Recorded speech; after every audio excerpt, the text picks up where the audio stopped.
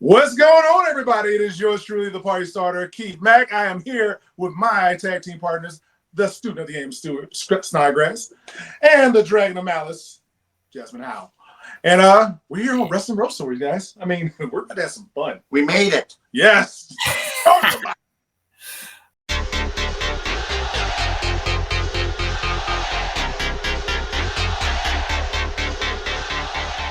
Awesome, man. Thank you all for being here. I know you guys are very busy. We've been trying to get in touch for a while. So I want to start off. This is going to be Keith's episode. We're going to hear all about some of Keith's road stories. I'm pretty sure it's going to involve the OG squad. And then we'll move on to doing the rest of you guys on another episode. So to start off, first off, thank you all for being with me. Let's start off with Keith. What would be your worst road story so far that you've had? God, there's so many. I don't know. Like, if I had to think about recently, my worst one, it's not really worse, but we had some times it was me and Jazz ended up having to go to Maryland for she was booked on a CCW show, and I was like, well, cool, I can ride up there. I had family up that way, whatever. And so we're coming back. As we're coming back, like the drive up there was already long enough, but the drive coming back, I think it took us like almost like 12, 15 hours for what should have been like an 8-hour drive. Glad I missed that one. Yeah, and it was just like the whole night through. Like as soon she had just had the match with O'Shea, so she had just gotten her head knocked off. And then I'm just driving, so I drove a good length from like Maryland to like almost like mid Virginia because I had an aunt live there. We crashed there, and then like it was like about 2 hours, and then we slept for the night. The thing about it is, I love Jazz to death. Love her. When she drives, she puts on some weird stuff. Like most people put on like hip hop or something very high energy if you have to drive through the night. I'm like in the passenger seat. I'm like, all right, I'm tired. Yeah. Finally get some sleep. I'm like, we're good. We're on a good enough narrow path on the highway where she can because I'm sorry, her drive scared me. But as we're doing it, next thing I know, I start hearing some stuff, and I'm like, yes. And as they came through the woods, and he came with a hatchet, and he was about to take his head up. For some reason, other people driving, she likes to listen to like these campfire horror stories. I'm glad I missed that one too. Yeah, trust me. I'm like, is this it? It's therapeutic. How is it therapeutic? It was scared the living hell out of me. Oh my God. I'm like, who listens to this? I'm like, you're going to be the reason I die, right? Yeah. Maybe. It's just, whoo. And then we'll see. The latest one with him, I can't even really say it was too much of a road story. It was more of we had just left the venue with someplace. And so, actually, it was APW Chester. We left APW Chester. We had just won the tag titles.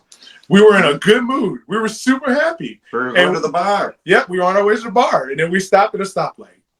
As we stopped at that stoplight, we look over to our right, and there it is, right in the middle of downtown Chester. I guess that's downtown Chester. I have no idea. You see nothing but the cop cars. Like 38 of them. Surrounded the Waffle House. And we're like, what the hell is going down at the Waffle House? Like somebody getting smothered and covered? I'm like, what the hell's going on? So I posted on like my story. Next thing I know, somebody was like, oh yeah, like 3 people got shot and a 17-year-old tried to stab somebody in there. I was like, God bless it. A mere block away. Mere block away. Yeah, that's right. You win your tag titles, we're not going to Waffle House, I'll tell you that. Mm-hmm. So, I gotta say recently, I know some more are going to probably pop in my head later on, but. Oh, yeah, no. That's awesome, man. Yeah, and again, like I told some of my other guys this, like, if there's ever like, if you're like, hey, this is a good story, we can always cut, like, just jump on, do a quick one, and just have like a Road Stories Extra where we just throw in, a random road story from anybody, So I'm always down for that, man. I try to keep my schedule open for things like that because I think it'd be fun to just have random stuff pop up every once in a while. Yeah, you guys are always fun, man. That is wild. The whole horror story thing, though, that's a new one, man. Like I'm a podcast person. I'll listen to a podcast while going around, or even maybe like a book on tape. But I'm definitely not going to go the horror route. We live in North Carolina. These roads can be scary sometimes. You know what happened. You know what happened. Was it a channel? I never heard him. She says that. Was it a channel? No, some on her phone. She listened to some. What was it? A podcast or something? Or? Yeah, from Spotify. I switched from YouTube and Spotify. Got you. Weird, man. You're weird. All right, so let's jump into your best road story. Best road story? That's a good question. What is my best road story? I'm trying to think. My best road story.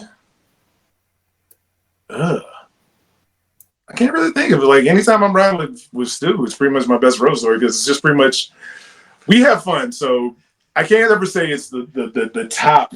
You have something you might know. You want to say something, don't you? No, we just laughed the whole time. Yeah, like we pretty much we almost said that we need to have a camera on us when we're in the car before we hit the shows like that are like long distances because we think of the most stupidest and like idiotic things and we put those into our matches. That's pretty much how it is. Is that and also we put together a ton of like old school hip hop that we just basically are like rapping to half the time. That's just how we kind of like get the energy going for us to kind of like do our stuff in the ring all the time. I can't really say it's been like any like crazy story like late at night. Like I said, the only one was with Jazz at one time. I can't think of it. Can you think of anything? I mean, it's like dead body and hooker that one time, but that's about it. Yeah, I mean, I get it. Like, I get having good times like that. I mean, it's fine. Like, none of the stories have anything that come out over the top. Like, something wild happened during one that was extra funny or something on that lines. So this is way before the OG era. So with my career, I pretty much started up in like the Connecticut, Massachusetts area, Western Mass area, and whatnot when I first started into wrestling. And one day I ended up having a double shot. I had to go from like Springfield, Mass to like Bristol, Connecticut, which was like 45-minute drive. I'm so used to it. It was nothing. So get done with the match. Finally done. I'm like, cool. I'm just going to stay in my gear because there's no need to change because I got to wrestle at this other show. Yeah. Me in a rush trying to get to said show. Did not know said cop that was all to the side of the road. So I see the lights in my rear view and I'm like, oh, crap. I'm like, this is going to be weird as hell. He's going to see a man that has no shirt on with nothing but spandex and some boots on. He's going to like, what type of kink crap is this? And then I'm like, okay, cool. I'll just put my shirt on. I'll explain everything. He'll be cool. So he pulls me over. Like, you know why I pulled you over? Like, I know I speed a little bit. He's like, looks at me. I'm kind of like, well, looking around as I'm trying to get all my stuff. He's like, sir, could you step out the vehicle? Sir, please tell me to step out the vehicle. Or do you have any weapons or anything? No, sir. Then why can't you? Sir, I'm going to tell you right now, you don't want me to step out this car right now. Sir, can you just step out the car? Just as soon as I'm stepping out the car, I don't know why everybody decides to, it's that thing when you're in traffic and they see somebody pulled over. Everybody wants to go about 2 miles an hour just to stop and look. So this is a time when I used to wear bikers. So yeah, you see nothing but me and all my glory. Pretty much as the cops just looking like, sir, get back in your car. You warned him. I warned him. After that, he just started, and then I got catcalled by a couple old ladies. But But at that time, I was just like, he felt so bad for me at that point. He was just like, you have a good day, sir.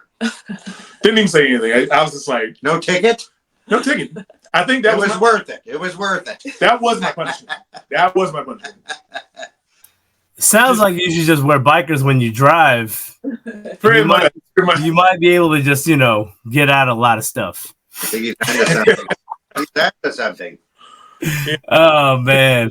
All right. Yeah, see, that's what I'm talking about. Stuff like that, that's funny, man. Like, a lot of people aren't, not a lot of people know that. But your idea about having a camera on you when you guys are just traveling in general, I had said to a lot of my buddies, I said, if we ever started traveling, especially it's for this, like for doing wrestling or going to events, and we start traveling further out, we're gonna record, like just to keep everything going, and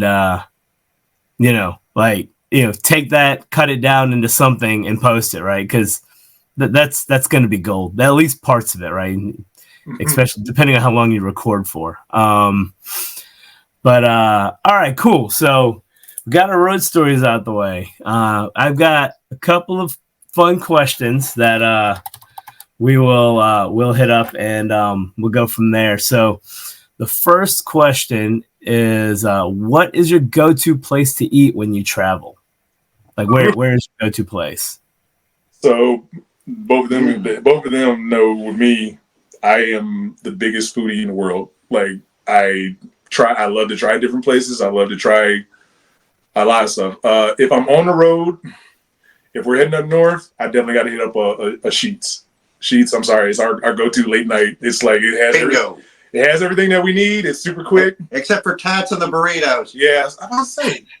Sheets. This is my message to Sheets right quick. Mm-hmm. Bring back the tots. You can get those anywhere. Bring back the tots. We like tots. Mm-hmm. I said we like tots, right? Yeah. See? Hesitant about it. You're hesitant about it. She was thinking about that. I like curly fries. You are one sick mother. Mm-hmm. Gotta keep your eye on her, Keith. Mm-hmm. Horror stories, curly fries. What's next? Exactly. That is so fun.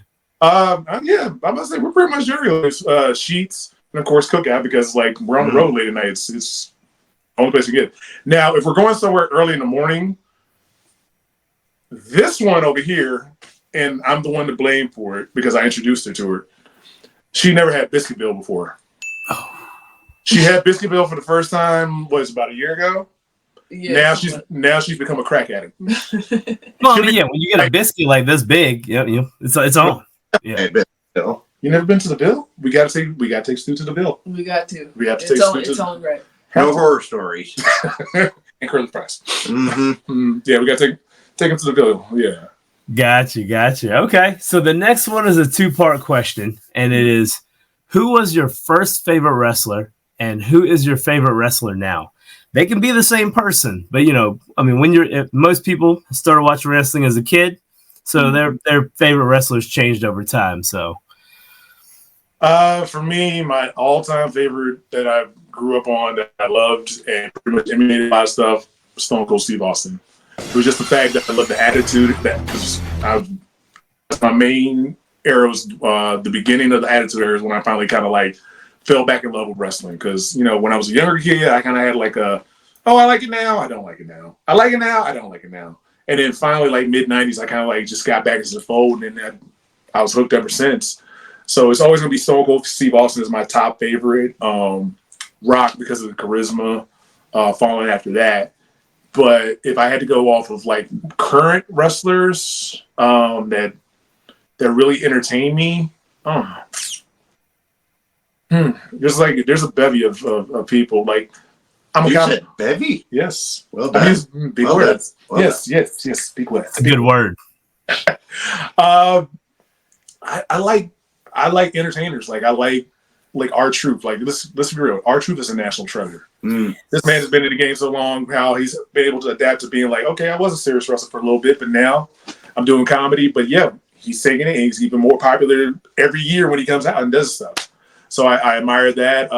Another person that I admire, technically he's still active, but not all the time in TNA, is Santino Marella.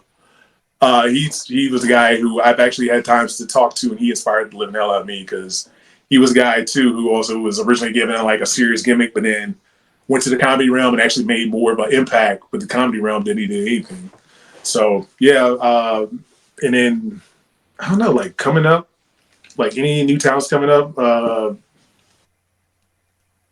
I don't know, like right now, I kind of in the game. I like Solo Sikoa because I just like the intensity as that enforcer. LA Knight because of the charisma. I know there's like a baby I could probably see you spending. That's cool. No, I'm with you. That's a good roster of people, man. for us being Charlotte guys, I've been trying to run into R-Truth all my life, and it hasn't happened yet. And I'm hoping one day to meet him, man. That would be. It happens like you eventually. Yeah, but yeah, that's pretty much how I can think of like current and my all-time favorites. So I got you. Okay, so the next question is, who is your favorite person to wrestle? Now, I will preface this by saying, very few people have given me one person for this answer. Mm-hmm. So if you've got several, lay it on me. I still think Chance Riser might hold the record for the number of people he mentioned for this question.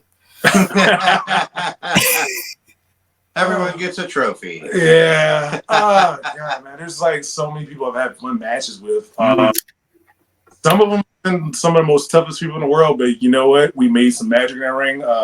James Drake is one. TJ Boss, Rayon Artez. I'm trying to think. Drew Hood, who I just recently wrestled for the first time, like a couple months ago. Like Drew was phenomenal to work. I'm trying to think who else. The Dawsons. Dawsons love working the Dawsons. That like when I know I can wrestle them, I'm like, well, we're gonna make some magic tonight. And I know everybody's gonna say it.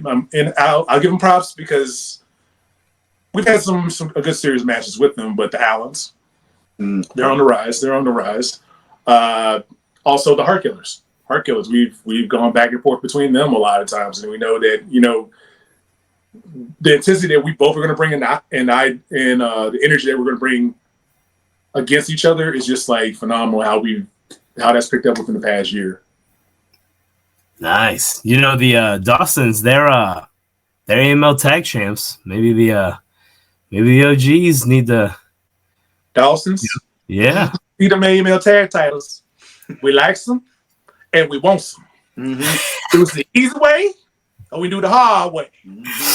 Oh, I'm with it. They had mentioned. I remember seeing a promo where Dave said anybody can get it. So, hey, anybody.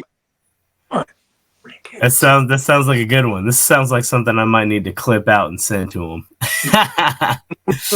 Definitely. All right. So the next two are some of my favorite questions, but we'll start with the first one, which is, do you have a Ricky Morton story? Actually, I do. Ricky Morton is the reason I got into professional wrestling. Whoa. So this is I don't even think they've heard this story either. So this was young Keith, probably in high school, probably like I was like 17. And I grew up in Richmond, Virginia. So sometimes they'd have like these little small spot shows. They'd be like at a club or something like that. And I saw a poster, a flyer for wrestling, and they were like, Ricky Morton's going to be there. I was like, oh, I got to go. So I get there like super early. Like the guys are still just opening up the club. They just finally just got the ring set and everything. And I see Ricky Morton sitting over there in the corner. And I'm just like, dude, I got to go over there and talk to Ricky Morton. Like, this is great. Because also I want to remind you kids, and I'm not trying to show my age, and I know she's going to probably give me crap for it. But this was a time where you had no cell phones. It's just like you had to actually socially interact with people. So I couldn't like tweet. I couldn't take a picture on my phone or anything because none of that existed.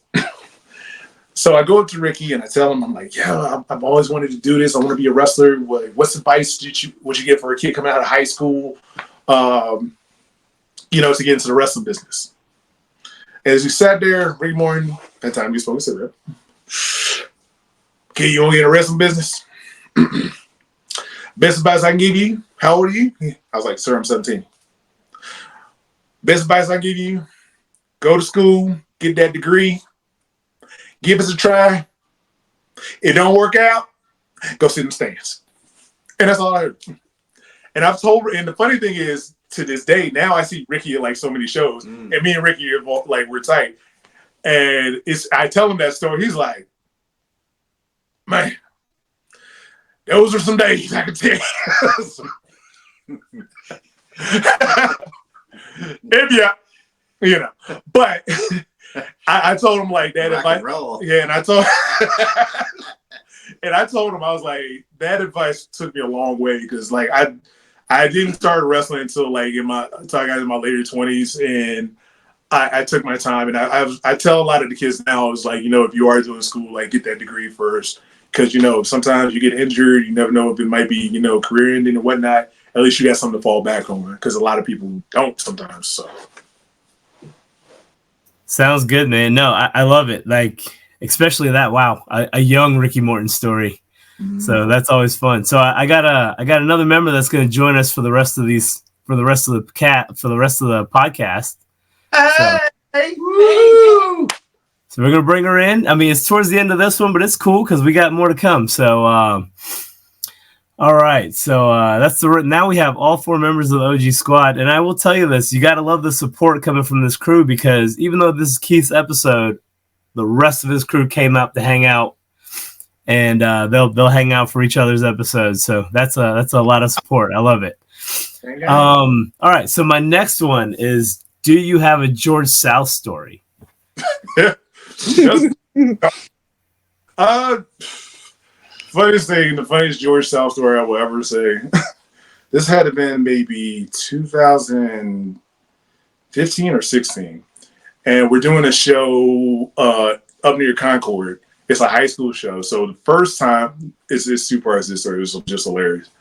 So the first time, we get up there early in the afternoon, set up the ring in the gym and everything like that, because they want to do like a special assembly for the kids.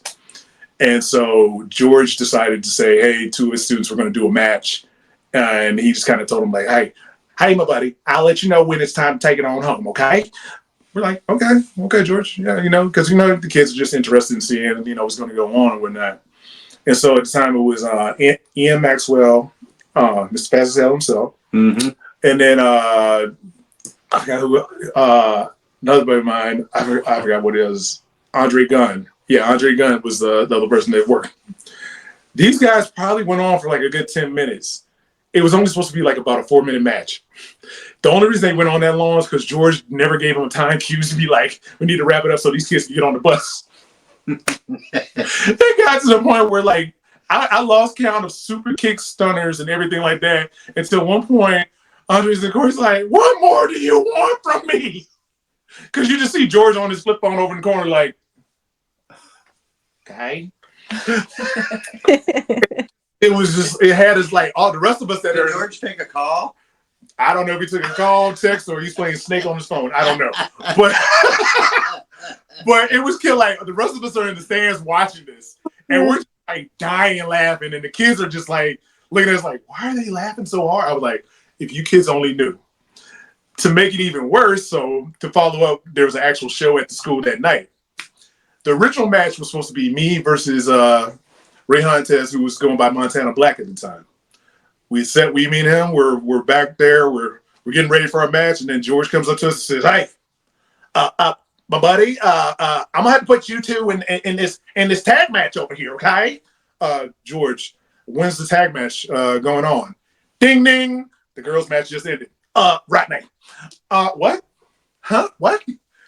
So we randomly get put in like this. It was the most random 6-man of all time. It was like, on one team you had myself, Caleb Conley, and Yaya versus Rayhan, Ian, and Rob Killjoy. And it's just like, we don't know what's going on in this match. Like, it's like the whole time we're just like, especially like me and Rayhan, we're both looking at each other like, I don't know what's going on, but we're just gonna go with it. That was the first night that he ever chopped me. And when he chopped me the first time, he chopped the black off my chest. Like, there was the skin part right here was like raw meat. Crowds looks at me, the crowd's like cheering for it. They're just like out for blood. They're like, give us more. One more time. I'm feeling like 5 million bees have just stung the hell out my damn chest. I'm looking at him like, dear God, no. Dear God, no. He's like, sorry. It's so bad. You've never seen a black man cry that much or turn red that fast in his life. It happened that day. Breathe, Keith. Breathe. I might have had man. placement. I don't know. But it was so crazy. That's wild, man. No, that's a great one. And one thing that I really love when I ask the questions about Ricky and George is everyone has a Ricky and George impression, and they're all great. Like no one's done an impression that I've been like, nope, that doesn't work. Everyone's impression works, and I think that's amazing. Yeah, So, yeah. I've told him before. I was like, I love you, buddy, but you're George side. We need to tweak it a little bit more. Okay. Kai.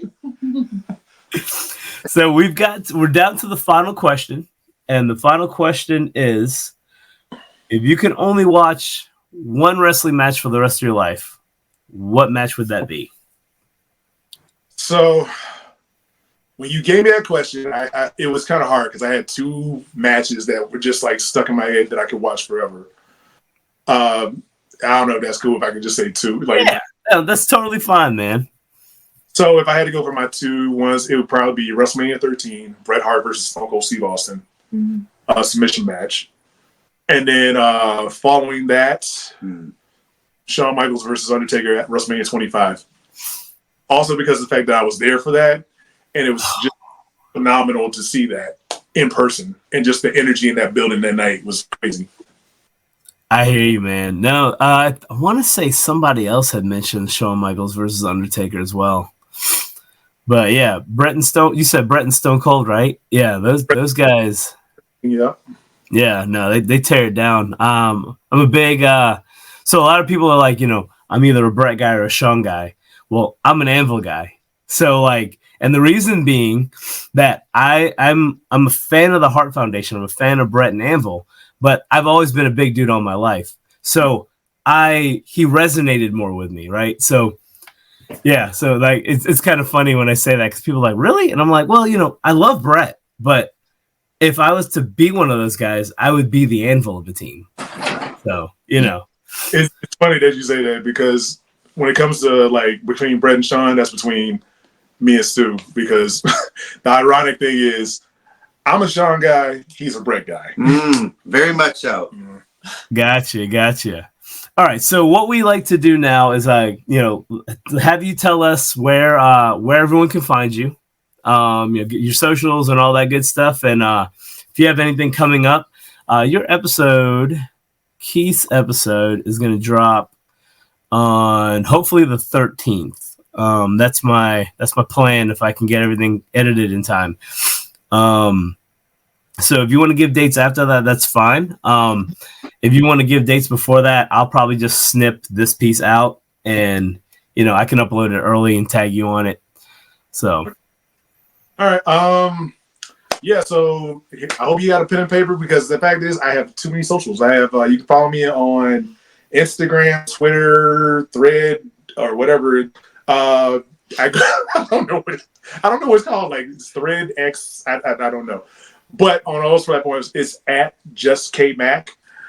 Pretty much on everything. Keith Mack with Mack on Facebook. Other Guys Tag Team on IG. Also, Other Guys Tag Team on YouTube. You can catch us there for any of the OG stuff. Thinking of things that we have coming up. I know March 15th, we have APW Chester. We'll be out there. We are the reigning and defending tag team champions. And then the next night, we will continue our rivalry with the Allens because they robbed us of our chance to be the inaugural tag team champions. And then after, hitting us in the face with belts, I got something for them.